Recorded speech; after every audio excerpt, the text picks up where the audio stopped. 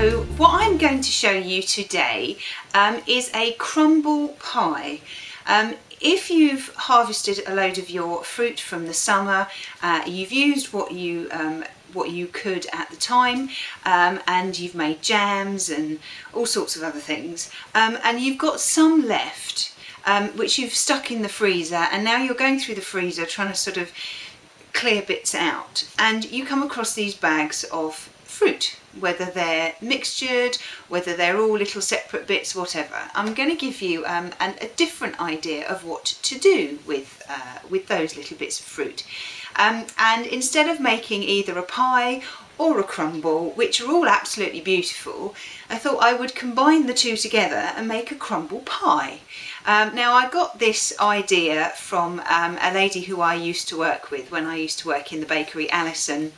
We used to make these all the time and they are absolutely wonderful. I can't remember the recipe, so I've just made up the crumble topping as I would normally do it. So let me show you how to make a crumble pie.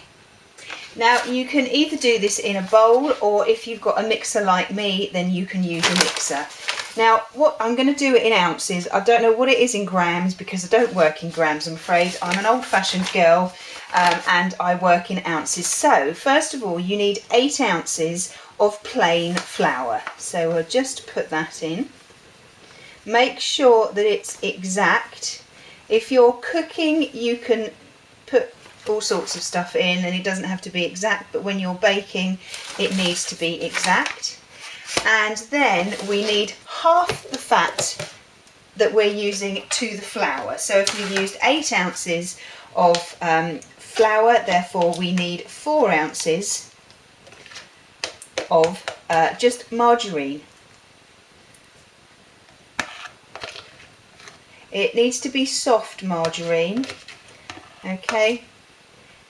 So keep it out at room temperature for a while. And then what we need next is half of that again in sugar. So we need 2 ounces of sugar. I use granulated.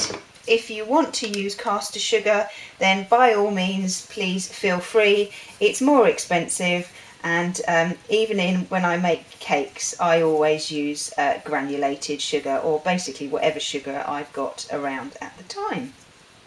So there's our 2 ounces, and all we need to do is we just need to put this on the machine and we just need to mix it until it's breadcrumbs.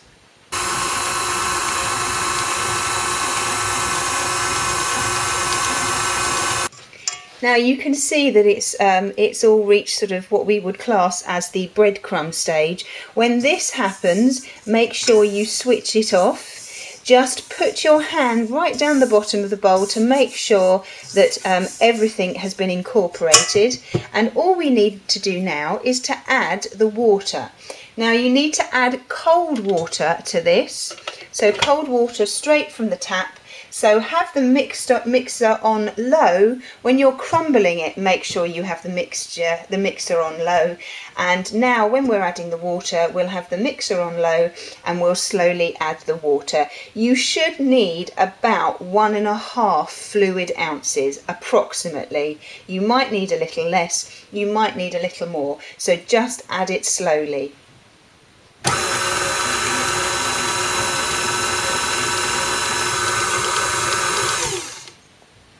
So add some water, let it mix for a bit and then see how it's going. When it starts to come together, then stop adding the water, let it mix for a little bit longer, and eventually it will come to a ball. If it doesn't come to a ball, then just add a little bit more water.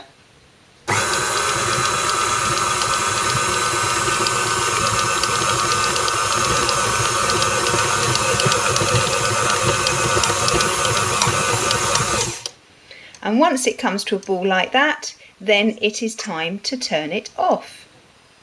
Right, now once it's come together in the bowl, all you need to do is to dump it out on the side onto a little bit of flour, form it into a ball, don't handle it too much, Okay, and once you've formed it into a rough sort of circle, a disc, put some cling film over it, wrap it up in cling film, and then what we need to do is we need to put this in the refrigerator for at least half an hour.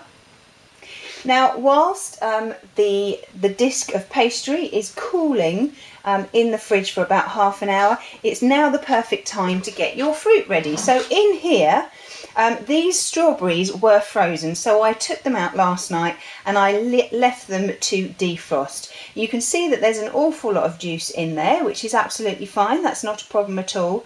And the strawberries, some of them are fairly large and some of them are fairly small. But we need to cook these a little bit first. So we'll just empty them into a saucepan. Okay, as you can see, there aren't a huge amount there, but I'm going to make little ones today. You can always make big ones, but I'm going to make little ones today. And all I need to do is just to add a little bit more sugar.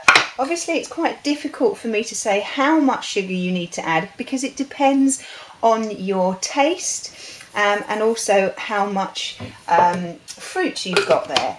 So I'm just going to sprinkle just a little bit of sugar on there, and then I'm going to put these on the hob just to heat them up, and the strawberries will start to break down.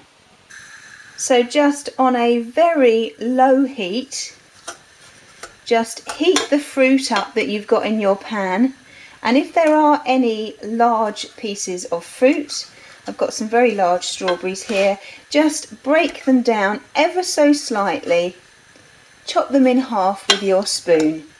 Now we just need to cook this just for a little bit so that the sugar dissolves and that the fruit starts to go soft.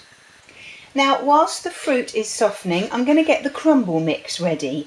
Now in this bowl I've got 10 ounces of plain flour, 4 ounces of butter and 2 ounces of sugar.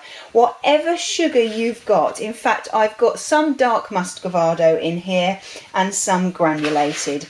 It really doesn't matter what sugar you use. If you want to use all the little bits that you've got left, please use those. If you want to put some oats in, then substitute some of the flour for the oats. Okay, but the combination of flour and oats must add up to 10 ounces. And all you need to do is just mix this with your hand until it becomes a crumble mixture. So just pick a little bit up and just rub it like this through your fingers.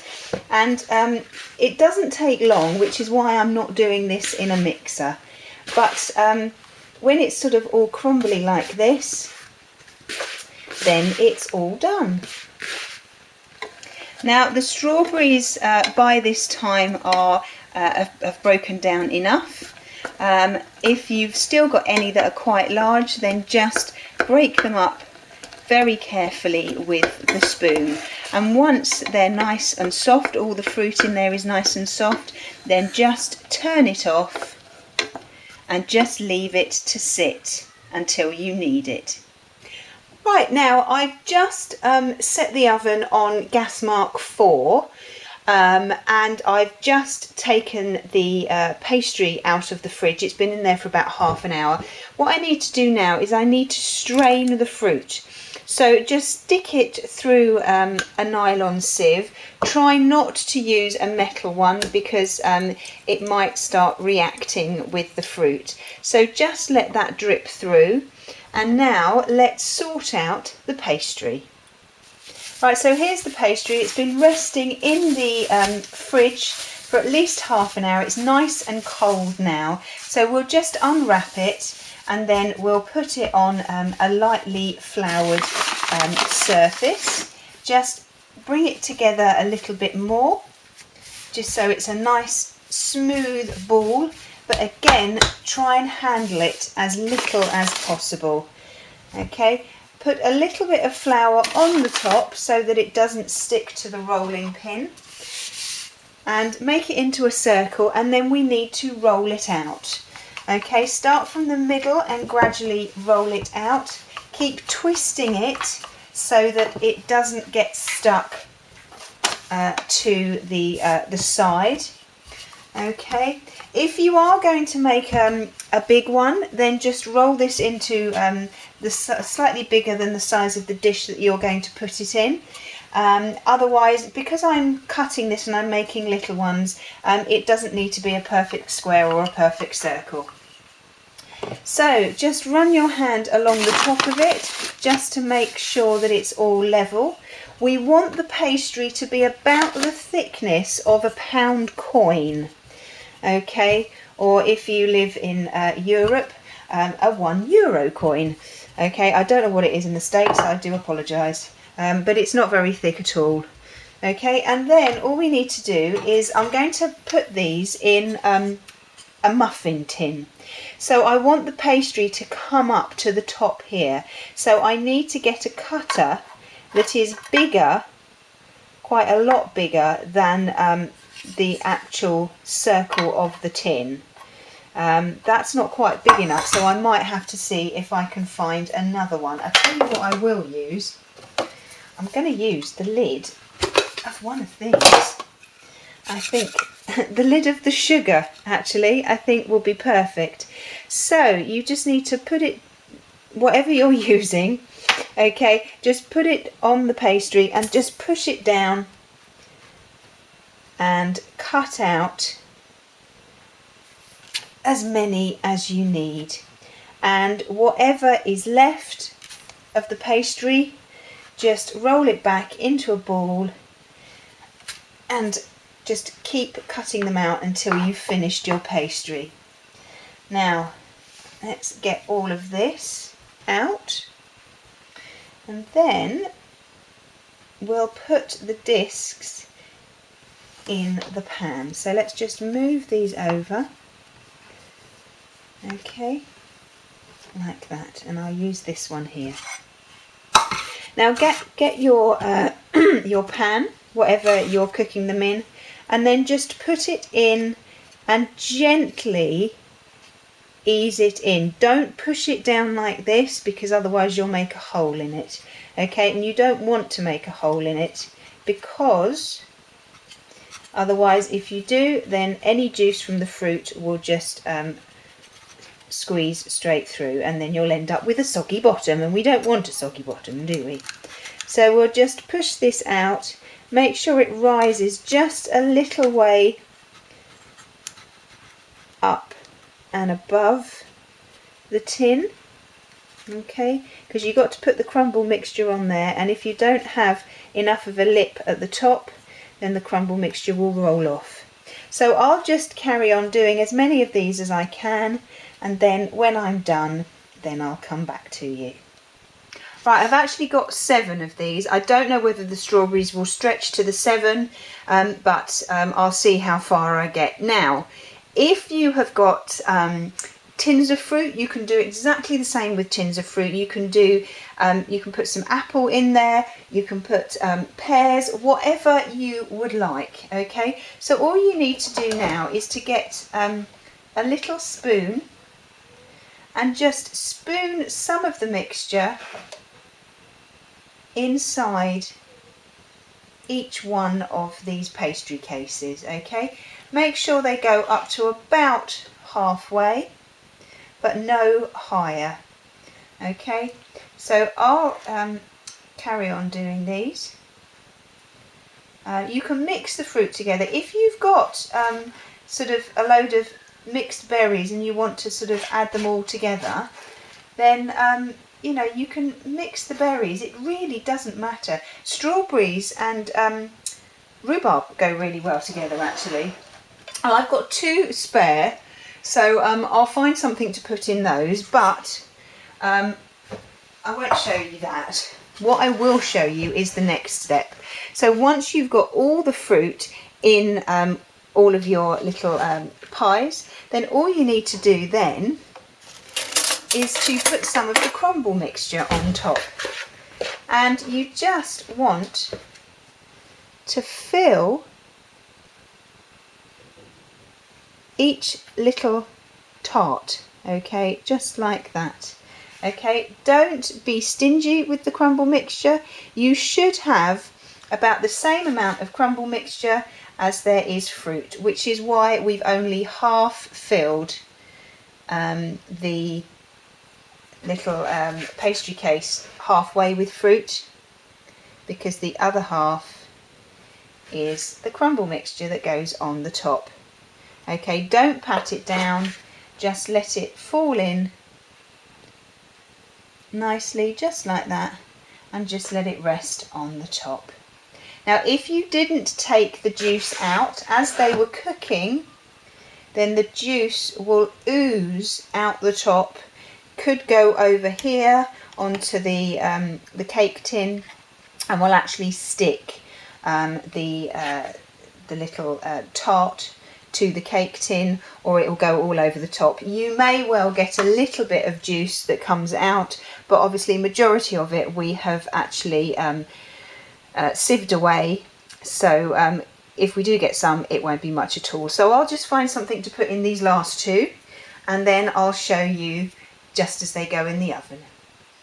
Right, so in a couple of these I've actually opened a tin of peaches, and I've put peaches, cut up peaches in a couple of them. Now, before you put them in the oven, make sure that you put them on a large tray, just in case there is an over spillage of some juice, and then it stays on the tray and then doesn't go on the bottom of the oven. So now let's put them in the oven. Now, as I say, they need to go in the oven, gas mark 4 on the middle shelf. Push them in just like that, and I'll check them after 25 minutes.